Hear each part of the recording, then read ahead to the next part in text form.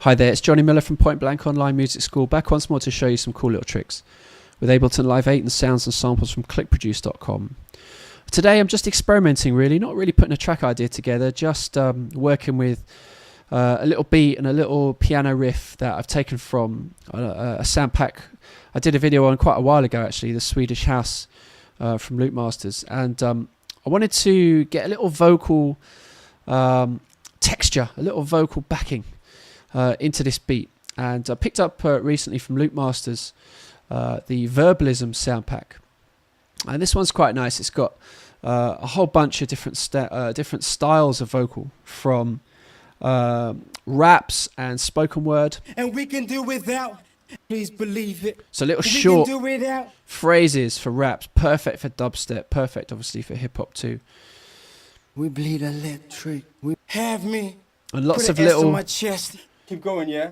Let it ride. Lots of little vocal hits, again, perfect for dubstep, perfect for sort of leading into a big bass drop on a dubstep track or an R&B track, anything really. Sung vocals, for coded vocals as well. So if you like the kind of R&B, the auto-tune sound, you got loads of little kind of vocoded and auto-tune samples that are great fun to play with. I've gone for though the minimal cuts, and I like these vocals because they're just very short. And they're like little kind of glitchy, short stab vocals. And if I just use my arrow keys to just scroll through these, I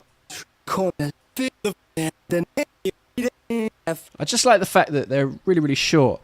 And actually, even scrolling through them gives me a little idea of how I can use these. What I'm going to do, I'm going to pick up a whole bunch of these samples. So I'm going to hold down Shift and just click on the top sample there. Now I've highlighted a whole bunch from the Ableton browser. Just going to pick those up and drag those into Live. So I've just got a whole bunch of these clips now, and they're all real small. If I just flick through some of them, you can see the waveforms are tiny. None of the warping's on at the moment. I'll switch that on in a moment. But I'm just going to highlight one clip, go down to the bottom with my mouse and click on Shift and click on the bottom one. So now I've got all those clips highlighted as I scroll up and down. I'm going to turn the warping on, and then I'm going to set up a follow action here. Now I did a follow action video a while back. This one's slightly different. I'm going to set up a faster follow action now. Instead of just having, you know, a couple of beats or a one bar on the follow action, I'm just going to set this up so it lasts for a 16th note. So each one of these vocals is actually going to be triggered every 16th note. And to do that, all I need to do is take this one digit here on the follow action, just turn it down to 0, and that will automatically take me to 1/16. And then from there, on the follow action number 1, I'm just going to set up any. So now, as I play the sample at the top, let's say I play just the top clip. Every 16th, we're going to get a different clip in audio track number 1 playing.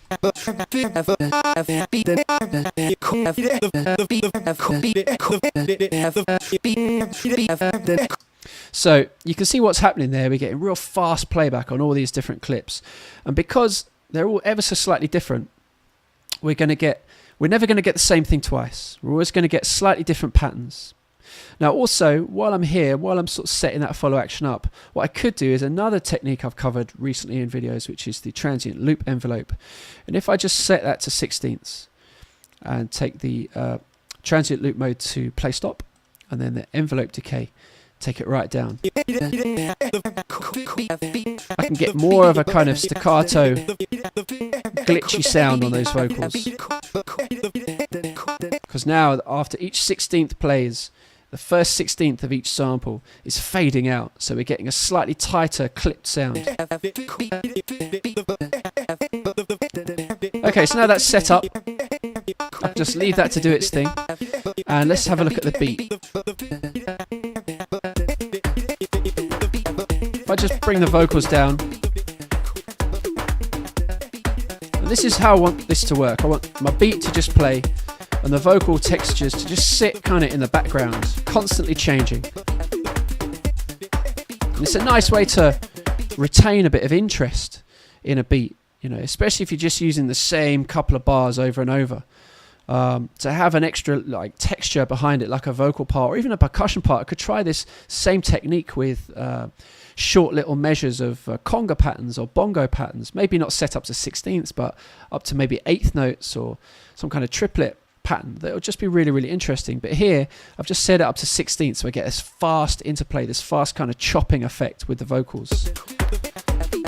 Now, what would be really nice is if I set up some effects on this track as well. And the first thing I'm going to do is use EQ3 just to take off some of the bottom end. So the vocals have got that kind of transistor radio effect on them.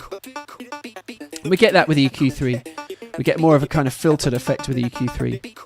I'm also going to set up a sidechain compression action on the vocals. So if I just open up the sidechain option on the compressor, switch it on, take the audio from Swedish Beat, there we go. But now, because the Swedish Beat has got kicks and snares and hi-hats in it, I'm going to use the EQ just to home in on the low frequencies coming from that beat. So what we'll get now is the kick, and you can see it there on the input, the threshold. The beat is triggering that compressor now, and if I bring the threshold down, we start to get that nice pumping effect that we get with sidechain compression. And it's just meaning that whenever the kick plays, we're getting that ducking effect.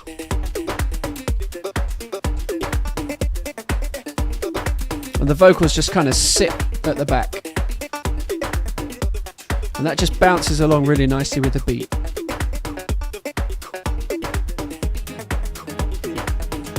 This little riff is just again, one of the older samples in my collection from the Swedish House sound pack. And all I've done, I've taken the same loop, just transposed one of them up by a few semitones and one of them down by a few semitones. This is the one that's higher register actually. 2 semitones up and the first one 4 semitones down, just to give me a kind of little riff. So that's my little track so far, just an experiment really. I just wanted to see how those vocals would sound with the follow action sat underneath the beat. And it's just going to keep that beat interesting now.